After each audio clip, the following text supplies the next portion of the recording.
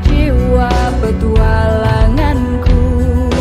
Keseragaman suatu keharusan, keberagaman kadang.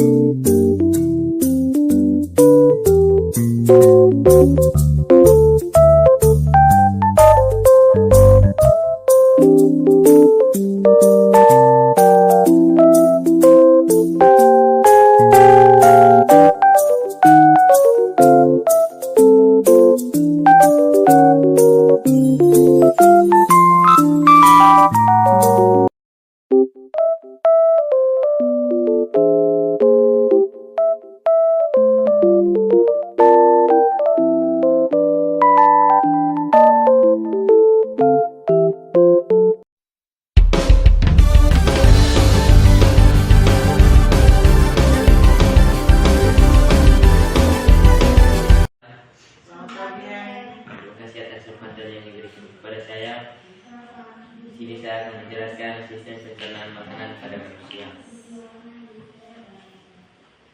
Pertama, mulut. Di dalam mulut terjadi pula proses pencernaan secara mekanik dan kimiawi.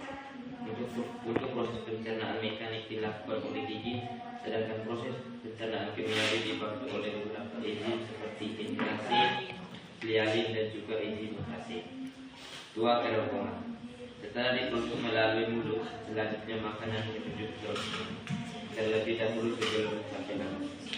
Di kerongkongan terjadi gerakan peristaltik akut seperti meramas-ramas guna mendorong makanan menuju lambung. 3. Lambung. Pada lambung terjadi pula proses pencernaan secara kimiawi melalui enzim. Ada enzim pepsin yang berfungsi mengubah protein menjadi asam amino, enzim renin yang berfungsi mengubah protein menjadi kalsium, dan juga HCI atau asam klorida yang berfungsi memecah protein serta melawan virus dan bakteri yang masuk melalui sistem pencernaan. 4. Usus halus. Usus halus terdiri dari 3 bagian, yaitu duodenum atau usus kedua jari, jejunum atau usus kosong, dan ileum atau usus penggerakan. Di usus halus ini makanan kembali diproses secara kimiawi yang dibantu enzim dari pankreas, empedu dan hati, seperti tripsis, amilase, glutase, sakkase, laktase, dan lipase. 5. Usus besar. Setelah nutrisi diserap di usus halus, dan sisa makanan mengalami pembusukan di dalam usus besar. Selain pembusukan di dalam usus besar, juga air diserap sehingga sisa makanan sia-sia berubah menjadi pasi atau kotoran. 6. Rektum dan anus. Pasti akan disimpan di dalam rektum sebelum dikeluarkan lewat anus. Di rektum, unsur di sana akan mengirimkan sinyal ke otak untuk memutuskan apakah pasti perlu dikeluarkan atau tidak. Setelah itu, fase yang siap dibuang akan dikeluarkan melalui anus. Otot anus berfungsi untuk menahan dan menjaga pasien agar tidak keluar dari rektum sebelum besar. Sekian hasil dari saya. Terima kasih. Saya akan menjelaskan proses terjadinya fotosintesis. Tumbuhan akan menyerap dari air dan mineral, lalu menyalurkan ke batang, daun, dan bagian tumbuhan lainnya. Karbon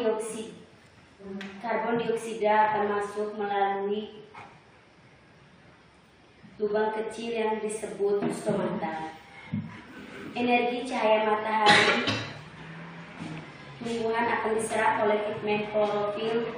Dalam daun, energi akan mengubah air dan karbon dioksida menjadi gula sederhana dan oksigen melalui fotosintesis. Gula yang dihasilkan dapat digunakan langsung oleh tumbuhan untuk tumbuh dan berkembang atau disimpan dalam bagian lama seperti buah. Oksigen yang dihasilkan dapat dikeluarkan melalui stomata pada daun, kemudian dimanfaatkan oleh manusia. Itu saja presentasi dari saya. Atas perhatian Ibu Guru dan teman-teman, saya ucapkan terima kasih. Nama saya Ellen Kilaja, saya dari kelas 9A, akan menjelaskan proses metamorfosis pada kupu-kupu. Kupu-kupu meletakkan telurnya di atas daun. Setelah beberapa lama, kemudian daun itu menetas berubah menjadi ulat. Ulat itu setelah dewasa, setelah ia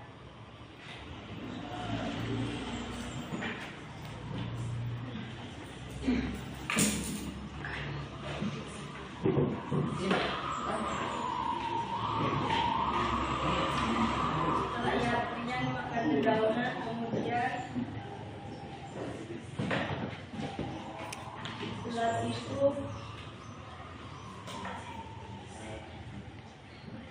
ulat itu berubah menjadi kepompong.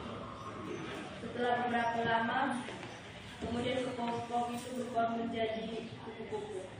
Yang mengikuti ada berbagai macam bulan, yaitu bulan Jumlah, bulan Purnama, bulan Baru, bulan Sabit, dan bulan Baru. Yang kedua adalah peredaran bulan. Cahaya bulan tidak sama seperti cahaya matahari, karena cahaya bulan merupakan panggilan cahaya matahari. Yang ketiga, tahun Hijriah, tahun Masehi, tahun Kabita, waktu peredaran biotik dijadikan dasar untuk membuat kalender tahun Komariah atau tahun Hijriah. Lamanya tahun Komariah adalah 12 kali 29 kali 5 hari dan 30 hari bulan pertama berjumlah 29 hari. Bulan kedua ada Safar berjumlah 30 hari. Bulan ketiga Rabiul Awwal berjumlah 29 hari. Sekian saya akan saksikan hasil kerja saya. Di sini teman-teman bisa lihat, saya menggambar organ reproduksi pada perempuan. Saya akan akan menjelaskan dua macam, yaitu proses terjadinya menstruasi dan proses kehamilan. Proses terjadinya menstruasi, pelepasan dari sel telur, pelepasan sel telur dari ovarium ke tuba falopi, serta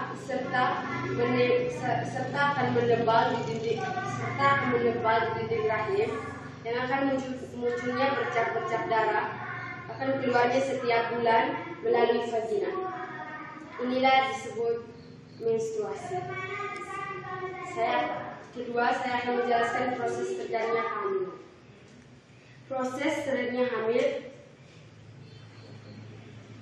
kehamilan terjadi setelah sel telur matang dibuai oleh sel sperma.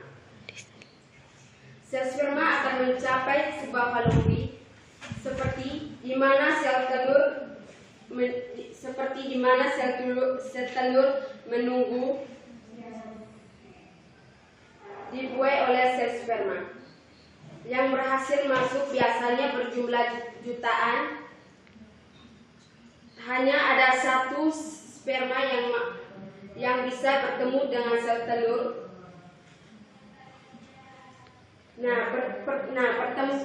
Pertemunya sel telur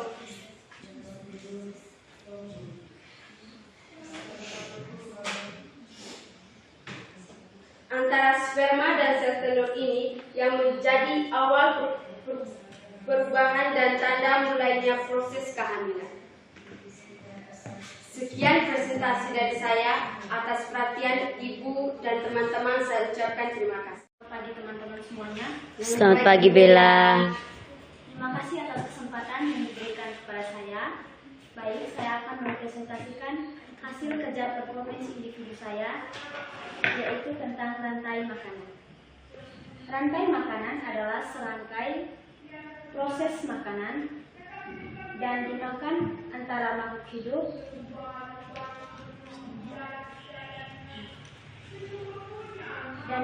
oleh makhluk hidup berdasarkan urutan. Di sini rumput adalah produsen. Produsen adalah tumbuhan hijau yang mampu memanfaatkan cahaya matahari untuk menghasilkan zat makanan melalui proses fotosintesis. Belalang sebagai konsumen primer. Konsumen primer adalah konsumen yang memakan tumbuhan hijau. Katak adalah konsumen sekunder. Ular dikatakan konsumen tersier.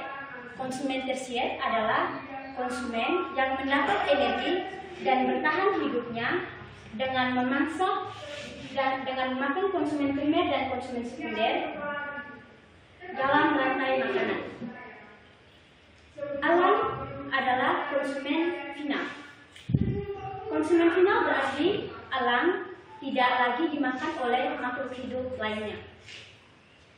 Yang terakhir adalah jamur. Jamur sebagai dekomposer atau penguraian. Dekomposer atau penguraian yaitu organisme yang mengurai organisme mati untuk mengembalikan nutrisinya ke dalam tanah. Disinilah siklus rantai makanan dimulai.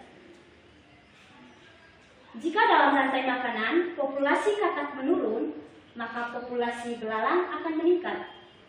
Hal ini bisa terjadi karena katak memakan belalang. Jika populasinya menurun, maka belalang tidak dimakan oleh populasi lain. Sebaliknya, jika populasi ular menurun, hal ini bisa terjadi karena ular memangsa katak. Dan jika populasi katak terus menurun, maka tidak ada makanan yang dimakan oleh ular, sehingga populasi ular pun ikut menurun. Sekian presentasi dari saya. Atas perhatian Ibu dan teman-teman semuanya, saya ucapkan terima kasih. Langsung saja saya akan mempresentasikan hasil kerja saya. Terima kasih. Phallodois, kemudian dikenal sebagai topi kematian, adalah jamur Basidiolite beracun yang mematikan. Rhizosporium adalah jamur yang dapat mengaruhi kesehatan. Aspergillus adalah genus yang terdiri dari beberapa ratus spesies beberapa patogen pada manusia, tumbuhan yang ditemukan di berbagai iklim di seluruh dunia. Cerevisiae merupakan spesies hamil atau mikroorganisme jamur vertebrata. Rasa bau mirip seperti semangka ketika masih muda, segar dan meledak, tapi menjadi jamur ketika dimasak atau dikeringkan dan dijadikan bumbu baru. Sekian dan terima kasih. Saya akan menjelaskan tentang struktur dan tumbuhan. Struktur dan tumbuhan ada susu yang pertama nukleo, yang kedua mitokondria, yang ketiga endoplasma, yang keempat misosoma, yang